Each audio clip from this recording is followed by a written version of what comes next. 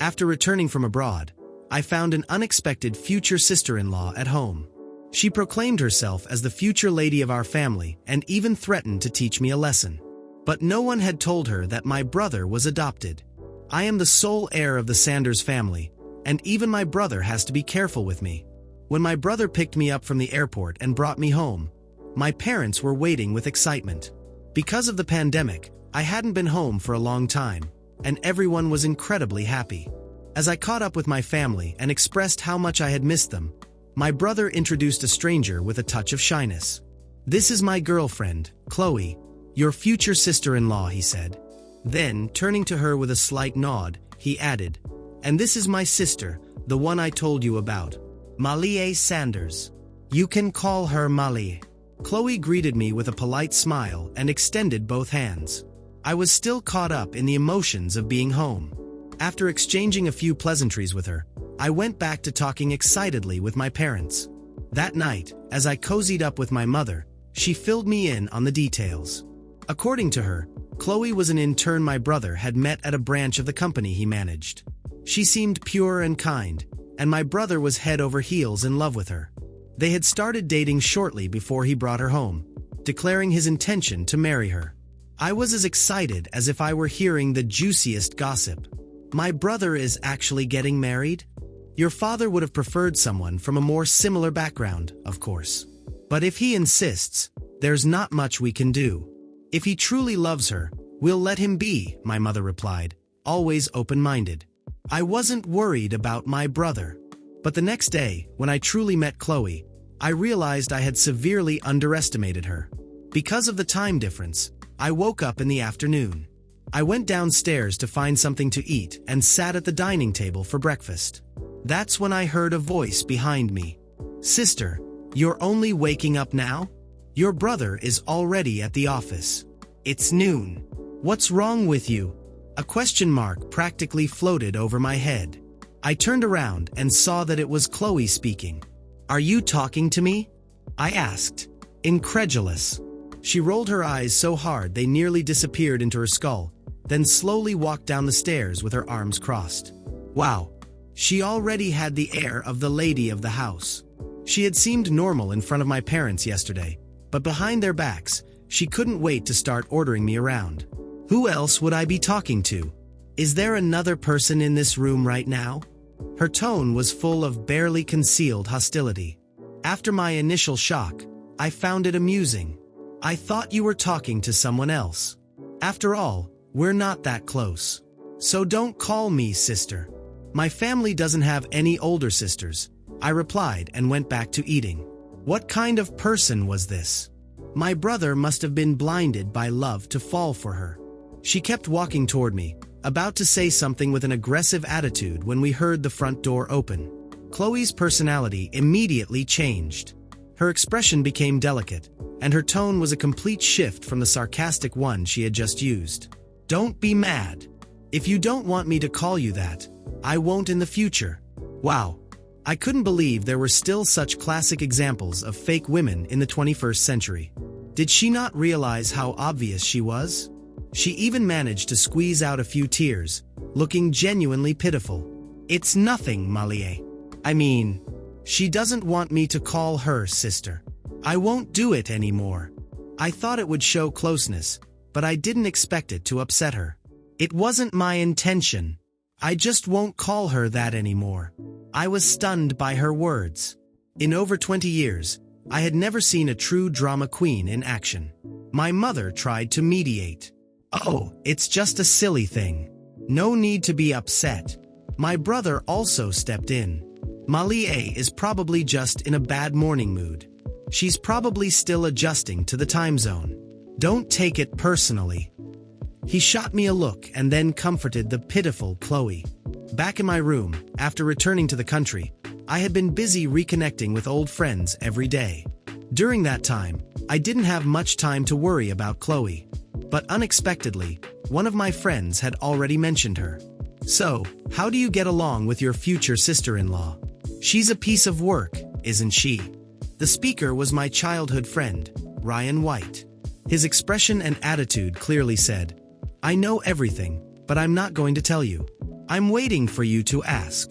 This guy had always been like that since we were kids. I shot him a skeptical look, and his grin became even more cunning. That girl was just an intern at your family's company. She wasn't there long before she snatched up your brother, the love-struck fool. I laughed. That's it? Who doesn't know that? Tell me something I don't know. Ryan wasn't offended and continued. Well, did you know that from the moment she stepped into the company, she had only one goal? Seducing your brother. And now she's walking around calling herself the Sanders family's daughter-in-law, flaunting that identity everywhere. I looked at him again. Ryan proudly pulled out his phone and showed me several screenshots of conversations between Chloe and her friends. William Sanders is already in my pocket. What kind of rich young heir do I have wrapped around my finger? William took me to meet his parents. The Sanders house is massive, and they even have a housekeeper. I have to hold on to this. William's sister is coming back soon. In families like this, the sister-in-law is always a potential threat. When she arrives, I need to teach her a lesson and put her in her place. What an idiot. She dared to brag about these things and couldn't even keep her mouth shut. Ryan smirked, and I looked at him in disdain. He was pretty straightforward about it. So what's the big deal? It's a mutually beneficial arrangement. But who was like her? Who was like my brother?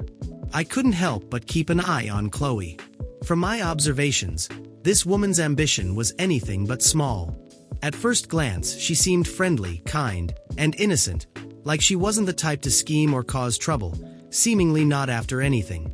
But in reality, she wasn't holding back at all. She managed to get my brother to hire her full-time, promote her, and give her a cushy position in the department. She went from being an occasional visitor to practically moving into our house. She was a master at playing the victim and knew exactly how to win people over. Everyone in this house, except for me and the maid, greeted her with a smile. Winning over my parents meant securing the favor of her future in-laws. She was so overbearing, but in front of them, she always let me have my way. I, on the other hand, never bothered to act nice with her, never put on a friendly face. That contrast made it seem like I was the unreasonable one. Once, I hesitantly asked my brother if he really wanted to marry Chloe. If he really knew her. My brother just laughed, brushing my words off as childish nonsense. Yes, I'm going to marry her in the future. I hope you'll get along with her. My parents were also becoming more and more charmed by Chloe. She went shopping with my mother, helped her pick out bags, praised everything she liked, and flattered her endlessly. And, of course, she often received gifts from her future mother-in-law. Trading emotional value for material value. Smart move. Both of them were very pleased. Naturally, my brother was happy to see the good relationship between his mother and fiancé. I was the only one in this family who didn't want her here. That contrast became more and more obvious. And because of that, I started to look like the real villain. Chloe grew bolder in confronting me, treating me even worse whenever my parents weren't around. Your sister's room is really big. When I marry your brother, we could move in here. After all, you'll be married by then. I think the lighting and space here are the best. It would be such a waste to leave it empty. She made it sound like a question, but her tone was more like she was informing me. So she had her eyes on my room from the very beginning. I looked over at my brother, who was nearby, and he didn't say a word. Anger surged inside me. Oh, really? You might not even marry into this family, and you're already thinking about taking my room? And how exactly did you trick my brother? Isn't he going to buy a house for you? Why do you need to stay in my family's home? Malie, don't say such things. My mother overheard me and immediately approached. Chloe, don't mind her. She even turned to comfort Chloe. So that's how I'm supposed to talk now? I asked. Apologize to your brother and Chloe right now, my mother ordered. I refused. Even though I realized I shouldn't have said it like that, I wouldn't apologize in front of Chloe. Seeing that my mother was also taking her side, Chloe's expression grew even more smug. It's okay, Auntie. Malie is just throwing a tantrum. We won't move in. William and I want to stay here with you. I want to take care of you in your old age. After throwing me a challenging look, she quickly followed it up with sweet words to flatter my mother. My brother tried to play the peacemaker. Don't blame Malie. Chloe was just joking about switching rooms. But Chloe had been dead serious. She then turned to me as if she were comforting a child who didn't understand. Your sister-in-law was just joking with you, but I knew it wasn't a joke. When I realized they were actually starting to plan the wedding, I panicked. I couldn't let her really marry into my family. I waited for a day when Chloe wasn't home and called a family meeting with my parents and my brother. I don't approve of Chloe marrying into our family. The moment I said it, my parents and my brother all looked at me. My mother sighed. Malie, stop causing trouble. My brother didn't look surprised. Just as your sister-in-law predicted, you're really against it. Very impressive. She predicted it? My brother looked exasperated. Why are you so dissatisfied with Chloe? You seem to despise her in every way. I didn't expect you to still be making things difficult for her at this point. He looked genuinely offended on her behalf. Malie, can't you just give her a chance for my sake? If you really don't like her, after we get married, I'll move out. Okay. We won't live together. It was clear that Chloe had already prepared him for this conversation. She knew that whatever I said next, he would take it as an excuse. Because, in his mind, I just didn't like her. Chloe was truly calculating. I knew there was no point in saying anything else. So I pulled out the chat records between Chloe and her friends. But I didn't expect her to be this cunning. That morning, I opened the messages Brian had shown me. The conversations between Chloe and her friends were revealing, like a diary of her intentions. The way she talked about my brother was almost possessive. William is so head over heels for me. I can't wait to be Mrs. Sanders, she wrote in one of the messages. I couldn't just let that slide. Chloe wasn't just ambitious. She had a meticulously crafted plan. A chill ran down my spine as I realized she wasn't just trying to fit into the family. She was determined to dominate every aspect of it. It was time to act. While my parents were busy with their daily commitments, I arranged a meeting with Brian. He had always been my ally, and I needed his help. I chose a discreet cafe where we could talk without interruptions. When I arrived, Brian was already there, a serious look on his face. So, what's going on? He asked, leaning forward. I need your help to expose Chloe. Look at these messages, I said, showing him my phone. Brian read through the conversations, and his expression shifted. This is concerning, he said thoughtfully. But what's your plan? We need to make sure everyone sees who she really is. I can't let my brother marry someone who's only after the family name and fortune. Brian nodded, though his expression showed skepticism. What if she turns the tables on us? She seems to have a strange influence over your brother. We need to be smart, I replied. Let's use her own ambition against her. If Chloe wants to be the Sanders family's daughter-in-law, we'll expose her to our social circle, friends and family included. Over the next few days, we put our plan into action. I organized a family dinner, inviting everyone, including Chloe. The idea was to create a relaxed environment and subtly bring out her true character without making it obvious that we were onto her. On the night of the dinner, the house was packed.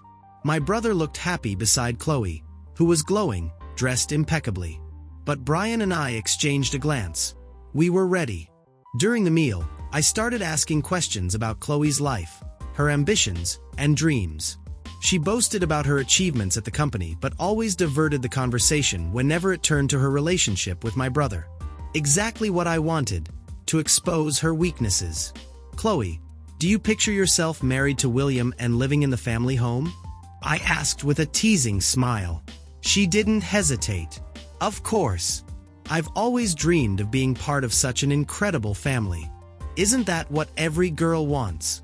Her response was instant, but the tension in the air was palpable.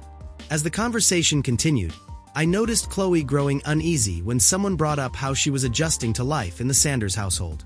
Her eyes narrowed. She knew she was being cornered. But in an unexpected move, Chloe flipped the script. You know, Malie, it's funny how you talk about family, yet you don't seem too happy about the idea of me marrying William. It almost feels like you have something against me." She looked me straight in the eyes. My heart pounded. She was trying to paint me as the villain. I had to think fast. "I just want my brother to be with someone who truly loves him, not someone with ulterior motives," I replied, keeping my tone calm. "And who says I don't love him?" She smiled, but it didn't reach her eyes. The dinner continued, but the tension grew thicker with every passing moment. Everyone was now paying attention to the veiled exchange between us. Brian sensed the need to step in.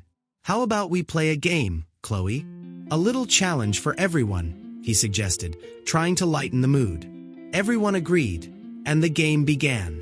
The idea was to ask relationship-related questions and uncover hidden truths. As the questions rolled out, the atmosphere grew even more charged. When it was Chloe's turn, Brian asked the question I had been waiting for. "Chloe, can you tell us what really attracted you to William?" She hesitated for a second but quickly answered, "Well, who wouldn't want to marry such a successful man?" Her response was dry, and the atmosphere grew heavy. I think everyone at the table picked up on her insincerity. Her words echoed through the room, and my brother looked confused. He glanced at me, searching for an explanation. "Chloe, do you really believe that wealth and status are more important than love?" I asked, trying to crack her facade. At that moment, Chloe shut down. The tension was palpable. The dinner had taken a completely different turn. People started whispering, and I realized everything was unfolding exactly as I had planned. That's when Chloe realized she had underestimated us. Her smile vanished, and for the first time, she showed her true face, someone willing to do anything to achieve her goal. The dinner ended in an air of distrust. My brother, now aware of what was at stake, began to question his own choices. And I knew the battle was just beginning. The next morning, I woke up with the feeling that, finally, my brother and parents were starting to see the truth. The tension from the night before still lingered in the air, but I felt that the plan I had set in motion might be the key to exposing Chloe. When my brother stepped out of his room, a mix of anxiety and determination washed over me. I knew I had to act fast. "Hey, did you have a chance to think about everything?" I asked, trying to sound optimistic. He looked at me with a serious expression, concern evident in his face. "Malie, we need to talk. I can't believe you did that in front of everyone. Don't you understand that Chloe actually cares about William?" My heart sank. This was exactly what I had feared, his inability to see the truth. Before he could continue his speech, I cut him off, knowing it was now or never. "Wait, I need you to trust me on something. Something that will really open your eyes." He hesitated, curiosity flickering in his gaze. "What do you want?" "I need you to transfer the family assets to me next week. Tell Chloe that you did it, that I'm now in charge of managing the family's resources. When she finds out, she'll lose it, and that will expose her." He looked at me, incredulous, and I could see the internal battle in his mind. "Malie, this is crazy. What if this backfires?" "We need to be strategic," I replied, my determination growing. "Let her think she has control. I promise we won't actually transfer anything. We'll just pretend." After a long silence, he finally agreed, though he still seemed reluctant. "All right, we'll do it. But we have to be careful." As we discussed the details, he pulled out his phone and started recording our conversation. I didn't notice at first, but the idea of him documenting everything made me uneasy. The plan was in motion, and I was sure this was our only chance. The following week, everything was set. My brother told Chloe that he had transferred the assets to me and that I was now the family's financial manager. As soon as he broke the news, her reaction was immediate. She went pale, her eyes widening, and within seconds, she exploded into uncontrollable rage. "How could you do this? I was supposed to be the family's daughter-in-law. You have no right to anything." Her fury echoed through the room, and my brother and I exchanged knowing glances. With every word she spat, I felt more confident that we were on the right track. Chloe's desperation was a clear sign that her mask was falling.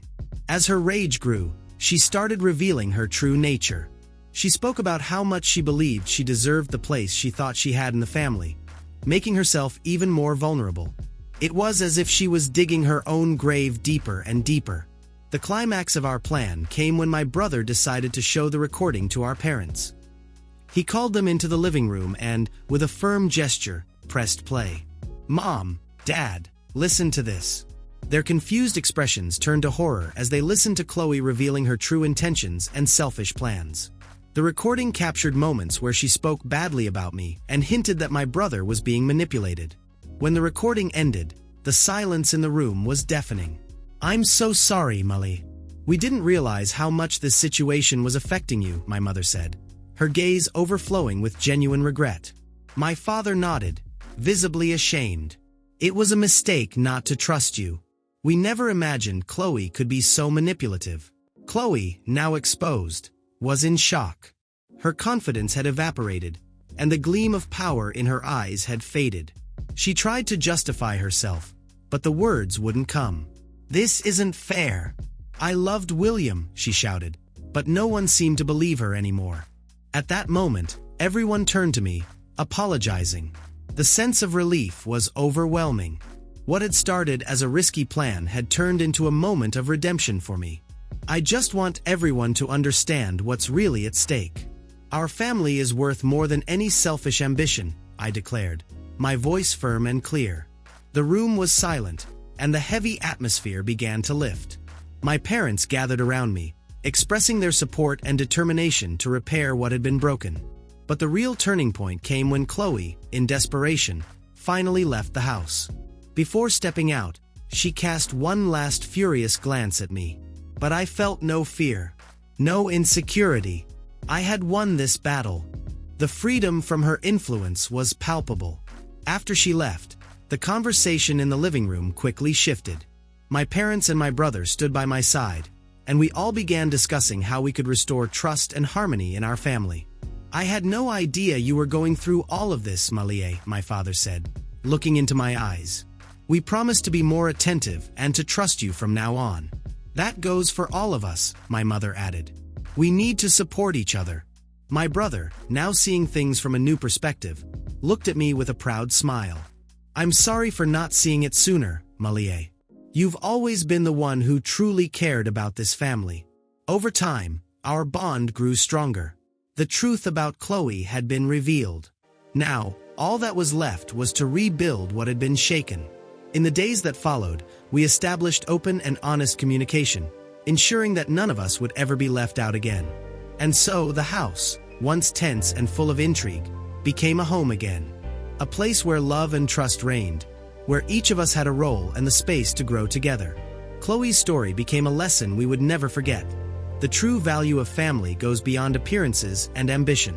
From that moment on, our bond became stronger than ever, and memories of Chloe faded into a distant echo, a warning about what truly matters in life. Months passed since Chloe had been exposed and had walked out of our lives. The house finally regained its balance, and in time, the wounds left by her manipulation began to heal. We became closer as a family, and conversations about the future were filled with optimism. Until one day, everything changed again. We received a notification informing us that Chloe had reappeared, this time, suing the family. In the document, she demanded her share of the money, claiming that because she had lived with William, they had formed a common-law union, which entitled her to a division of the assets. The news hit like a bombshell. No one in the family had any idea that their relationship had reached that level. My brother was shocked and outraged. "How can she do this? This is insane," he exclaimed. We gathered the entire family to discuss the situation, and our first reaction was to prepare a defense. We hired an experienced lawyer, who immediately got to work on the case. "Don't worry, I have an ace up my sleeve," he said with a confident smile. "We'll find out if she really has any legal grounds." The following weeks were intense. Chloe seemed more determined than ever, appearing at events and trying to pressure the family. But behind the scenes, our lawyer was analyzing every detail of the case and digging for information. Finally, the day of the hearing arrived. Chloe walked into the courtroom with an air of confidence, but as the session progressed, her expression began to change. Our lawyer presented a series of documents revealing an unexpected fact. William was adopted. This meant that even if Chloe had been in a relationship with him, she had no legal claim to the family's assets, as he was not a direct heir of the Sanders family. The silence in the room was palpable. Chloe, who had seemed so sure of herself, started showing signs of nervousness. The lawyer continued his argument, explaining that a common law union did not automatically grant rights to assets, especially in William's case, since he was adopted. Your Honor, even if she claims to have shared a life with William, that does not entitle her to a single cent from the Sanders family, our lawyer concluded. The judge listened to the arguments, and after a brief deliberation, he announced his decision. Chloe had lost the case. Not only was her claim denied, but she was also ordered to pay the legal fees. The sense of relief that filled the room was indescribable. We exchanged glances, satisfied smiles on our faces. Chloe, in shock, left the courtroom without saying a word. The pressure and humiliation followed her as she disappeared from our lives once again. From that day on, we never heard from her again. The threat she once posed had finally vanished. Over time, our family fully recovered from the stress Chloe had brought into our lives. My brother and I became closer, and our parents also strengthened their relationship. The experience taught us to value what truly mattered: trust, love, and loyalty between us. And so, we moved forward, certain that we were stronger than ever, ready to face whatever challenges life had in store for us. Chloe became nothing more than a distant memory, an echo of a time when danger was closer than we had realized, but that was now no longer a concern. The Sanders family had prevailed.